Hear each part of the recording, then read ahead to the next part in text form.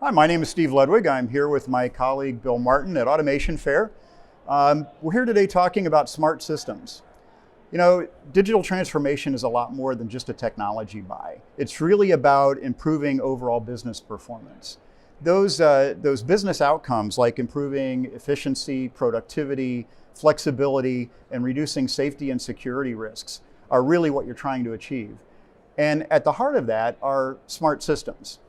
Smart systems start at the device layer, sensing what's going on the manufacturing line and feeding that information to controllers, which then improve machine and line performance, and in turn provide information to operators and to maintenance and into analytic systems. And the analytic systems then bring together information in a contextual way, provide that to company leadership so that they can plot the right course. Yeah, Steve, you're right.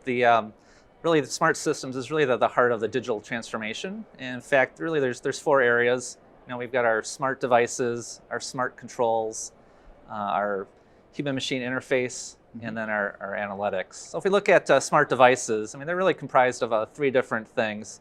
We've got our intelligent motor control, our smart sensing, and our smart safety.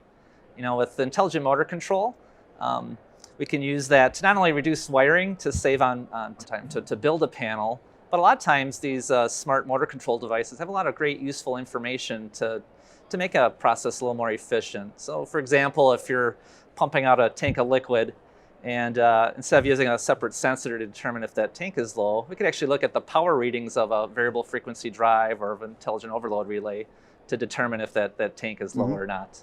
Other aspects would be with smart sensing. You know, a lot of times if a machine were to all of a sudden shut down, you know, you're scrambling for hours trying to figure out what's causing this thing to go down. And you know, a lot of times just something simple as a dirty sensor. With our intelligent sensing products or smart sensing products, they will tell you the signal strength of that sensor so that when it starts getting weaker, you can make a warning occur to the maintenance staff so that they know at the next maintenance shift they can wipe off that lens and not prevent that downtime from occurring. And then finally, with smart safety devices, again, we can look at more efficiencies, not only providing functional safety, but we can look at things like, you know, Bob on third shift, he's always hitting that E-stop, you know, like 3 times a shift, whereas, you know, Mary and Joe, they may hit it maybe once a month. So, you know, what's Bob doing different during his shifts compared to Bob and Mary?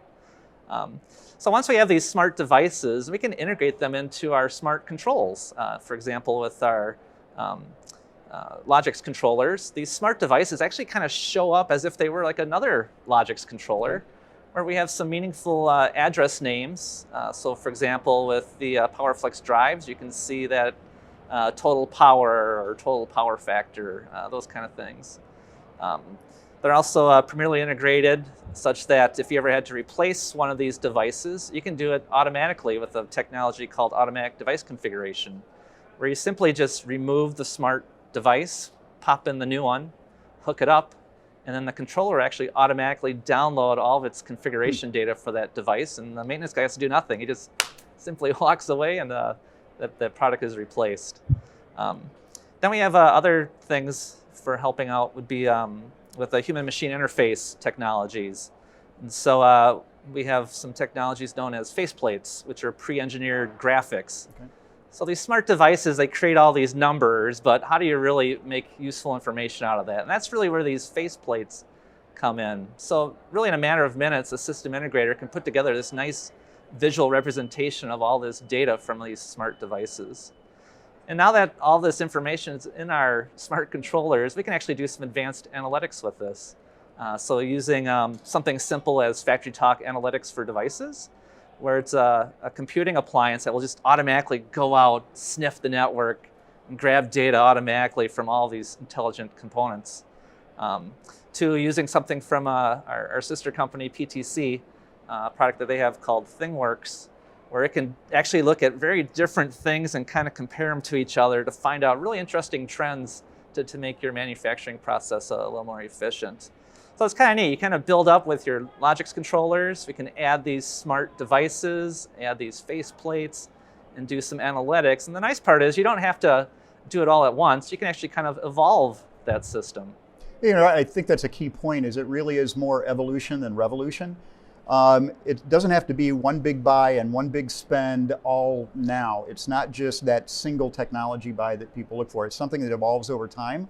That's why the planning process, I think, is really important to understand what your business objectives are, what's the appropriate migration, and what's the right migration path for you as a company to achieve those business objectives that you're looking for.